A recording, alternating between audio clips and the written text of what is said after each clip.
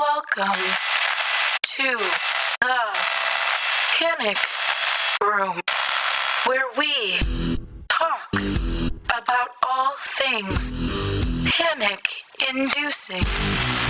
I am the Queen of Panic. Warning, some episodes may contain content that may be disturbing to others. Viewer discretion is advised. Now let the games begin. My life has always been pretty cheerful. This was made possible by my friends, family, a bright future at my university, and nothing bad happening in my life so far. Everyone I know has nice thoughts of me, and I have from them. All my teachers and I get along well, and despite having no other known relatives other than my parents, I didn't really care much. I always thought of my friends as brothers. I had, however, something I hid for years. I, like many other people I know, am a 90s kid. I'm pretty sure even adults like those years too. Video games, simplicity, and good TV cartoons. Yes, good TV cartoons. So, the not-so-wished dream of becoming a cartoon tester got to me when I was just 6 years old. My parents accepted delightedly when I told them I wanted to be one. After all, it was the perfect job for someone at my age. So when people came to my house to ask my parents, I wanted to be it so badly. Nothing went actually wrong, so one afternoon they took me to Nickelodeon HQ. I was so excited to see everything they were going to make before anybody watched it in the first place. My friends would be so jealous. So I stood there in a room with a big TV and a DVD player. First time I actually saw one. And like 5 other kids that were like me, expecting to watch cartoons all day. The room was felt somewhat like a living room, probably to make us feel more comfortable. It had a carpet, chairs, a table, potted plants, and a nice warm red paint on the walls. A staff member came out of nowhere with a CD smiling at us. We're gonna make a new series on Nick Jr. He said.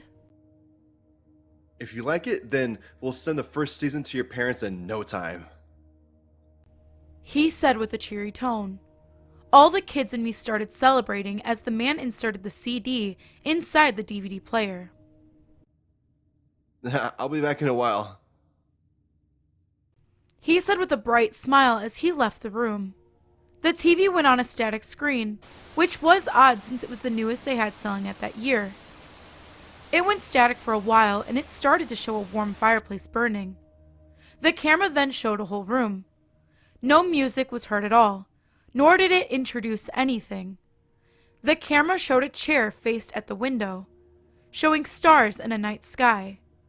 The room looked warm and soft. A bald head was on the chair. It slowly turned, showing big, creepy eyes, and a surprisingly realistic mouth. Me and all the kids were surprised about him and his appearance, and waited to see what happened. A robotic and emotionless voice stroked on the silence as the man said, "Oh, I didn't see you there." The camera turned around, showing a crudely made CGI body that happened to be the man's. He greeted us and said, "Hello, I'm Gregory, and this is my room." The camera zoomed in on his creepy face. "We're going to have so much fun together, just the 2 of us." He pointed at the window. "We can look at the stars together. He held a book. We can read a book together."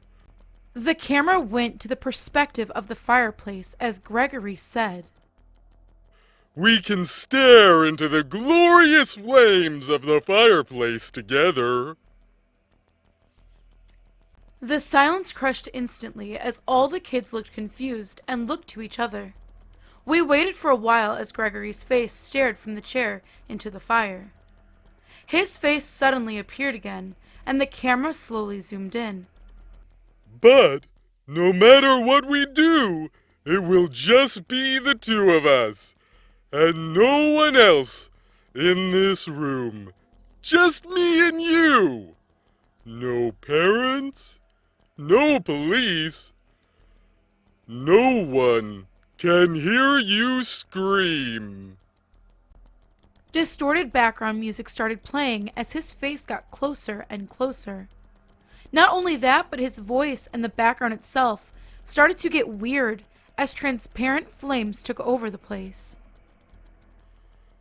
Embrace me. I need love. Gregory needs love. The movie ended with his paralyzed face all over the screen. Every kid started crying uncontrollably as the man from some minutes ago came in. He had a very angry look on his face as his words pierced through my memory. You! I thought that guy learned his lesson long ago, but... He yelled furiously as he got out of the door along with the other kids.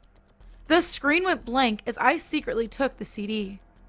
It had a clean, simple, and plain text saying, Gregory's room. After a few days, there was some news about parents suing Nickelodeon for inappropriate content shown. They even got as far as labeling the incident as a show that was ultimately rejected due to a poor focus group result. My parents were so frightened that they didn't let me go near the place. We lived relatively near Nick HQ.